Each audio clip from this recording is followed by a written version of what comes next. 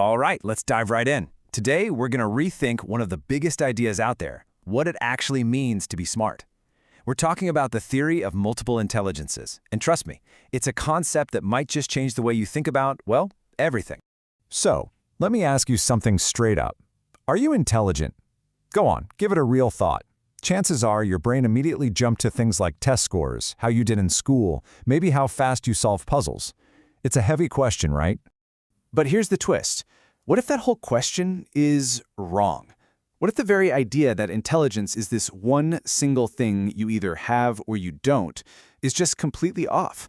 What if we've been asking the wrong question this whole time? To really get this new idea, we have to look at the old one. For, decades, our world has been kind of obsessed with this one-size-fits-all approach to smarts. And that brings us to this idea of general intelligence, or what scientists call the G factor. It's the old-school belief that we all have this one core type of intelligence that pretty much controls all our thinking skills. You know, it's exactly what IQ tests were built to measure. But then, back in 1983, this psychologist named Howard Gardner comes along and drops a bombshell with his book, Frames of Mind. He basically said, hold on, we're not born with a set amount of intelligence. And he called out our society for being obsessed with only two things, being word smart and number smart, and pretty much ignoring all the other ways people can be absolutely brilliant. See, Gardner didn't just poke holes in the old theory. He built a whole new one. He came up with what he called 8 different intellectual competencies. You can think of them like 8 unique keys, each one capable of unlocking a different part of human potential. And here they are, the whole set. Now, this is the really important part. Gardner's big idea is that every single one of us has all of these intelligences. It's just that our personal mix, our profile of strengths, is totally unique to each of us. So the real question becomes, what's your profile?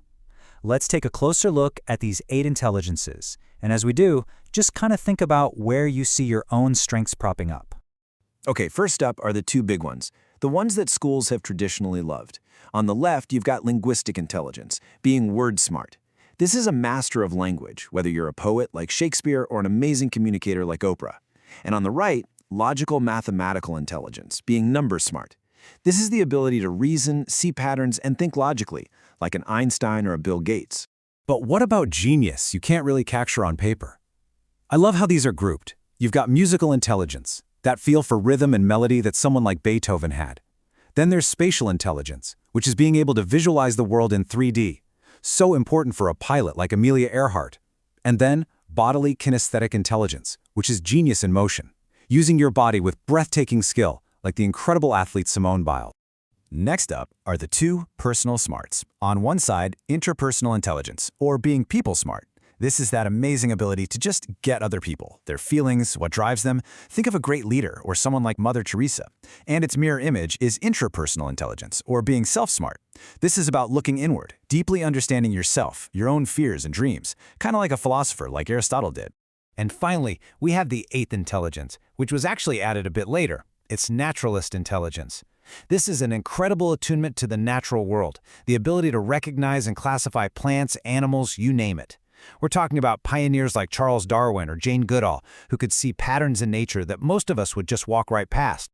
Okay, so as you can probably guess, throwing out an idea this big stirred up a lot of debate. Not everyone was on board. So let's get into the main criticisms and clear up one really common mix-up about this theory. The biggest pushback came from psychometricians. Those are the folks who design tests. They basically said, look, all our data from decades of IQ testing points back to that single G factor. In their view, these other things Gardner calls intelligences are more like special talents or skills, which they argue are still influenced by that one core intelligence. Now this is so important to get straight. People confuse multiple intelligences with learning styles all the time, but they are not the same thing. Learning styles are about how you prefer learn, like are you a visual person or an audio person? Multiple intelligences is about your actual cognitive abilities. They're about what you're good at, not how you like to learn. So, even with the debate, why did this theory become so popular, especially with teachers? Well, because it gives us a really powerful new way to think about unlocking everyone's potential. And it really boils down to 2 key ideas for education. The first is individualization. If we all have different brain wiring, it just doesn't make any sense to teach and test every student in the exact same way, right? And the second is pluralization. This is the idea that you should teach important stuff in lots of different ways.